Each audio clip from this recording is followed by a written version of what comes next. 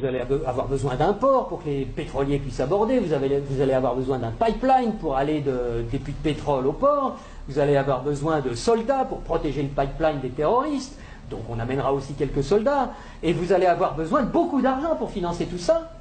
Et à qui vous allez acheter tout ça? Où sont vos entreprises? Mais on vous a dit on n'a pas d'entreprise. Ah bon? Bah écoutez, c'est pas grave, nous on en a.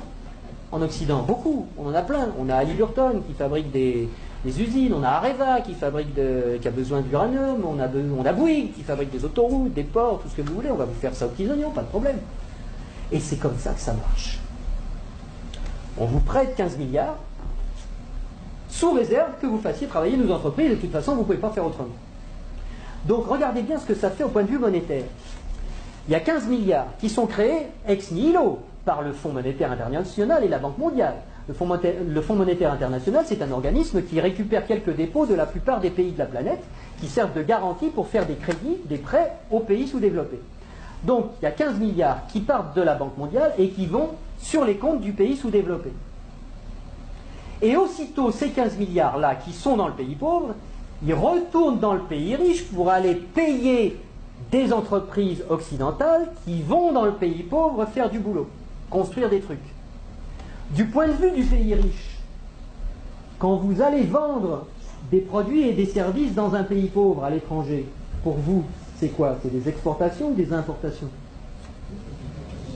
Des exportations. Voilà. Je vais aller exporter une usine, Areva, moi français. J'exporte une usine. J'exporte du travail. J'exporte des chars. J'exporte des fusils. J'exporte des outils, de l'outillage. Donc, ce qui est génial, c'est que les 15 milliards qui sont partis des pays occidentaux, qui sont allés dans le pays pauvre, il y a des services qui sont exportés par les pays occidentaux envers les pays pauvres, et l'argent, qu'est-ce qu'il fait? Il revient dans les pays riches, les 15 milliards, ils reviennent. Bon.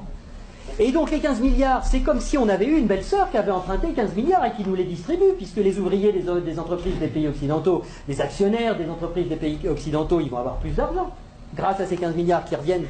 Donc ils vont les dépenser dans l'économie, ça nous fait des transactions nouvelles, de l'emploi nouveau, qui va ruisseler dans notre économie. Mais c'est pas tout à fait comme si c'était des belles-sœurs qui les avaient empruntées, parce que les belles-sœurs, il aurait fallu qu'elles rendent les intérêts, et donc qu'elles reprennent leur argent, et qu'elles en reprennent le double, et que nous, on ait des nouveaux emprunteurs qui arrivent pour payer les intérêts des nouvelles belles-sœurs. Là, non. C'est qui la belle-sœur qui paye les intérêts? C'est les pauvres. C'est les pays sous-développés. Et donc on a été leur construire des trucs qui vont nous permettre d'exploiter leur richesse. On a eu de la monnaie en plus qu'on a créée nous-mêmes en la faisant passer par les pays pauvres, mais qui revient chez nous net d'intérêts. Et qui paye la dette, qui paye les intérêts, c'est le pays pauvre. Et ils ont deux solutions. Soit ils empruntent à nouveau le montant des intérêts pour pouvoir nous les rembourser, ce qui double leur dette. C'est pour ça que des fois vous entendez des présidents de pays sous-développés qui disent « Mais c'est pas possible, on l'a déjà payé 15 fois la dette, comment ça se fait qu'il faut qu'on paye encore ?» Ben, c'est parce qu'ils ne peuvent pas la créer. C'est parce que pour rembourser des dollars, il faut qu'ils les empruntent. Puisqu'il n'y a que nous, les Occidentaux, qui peuvent créer des dollars pour les endetter. Et donc, soit ils empruntent pour continuer à payer leurs intérêts, soit ils vendent leurs ressources pour presque rien. Ce qui nous permet à nous d'avoir le niveau de vie qu'on a. Et d'avoir les ressources des pays sous-développés, qu'on a bien choisis parce qu'ils étaient riches en ressources dont on a besoin, et d'avoir le niveau de vie qu'on a, et d'avoir de l'essence pas chère, et d'avoir des iPhones pas chers, etc. C'est grâce à ça. Donc il faut réfléchir à ça aussi. Il faut savoir que si on a le niveau de vie qu'on a, c'est parce qu'il y a une prédation sur les ressources de la Terre entière qui nous profitent.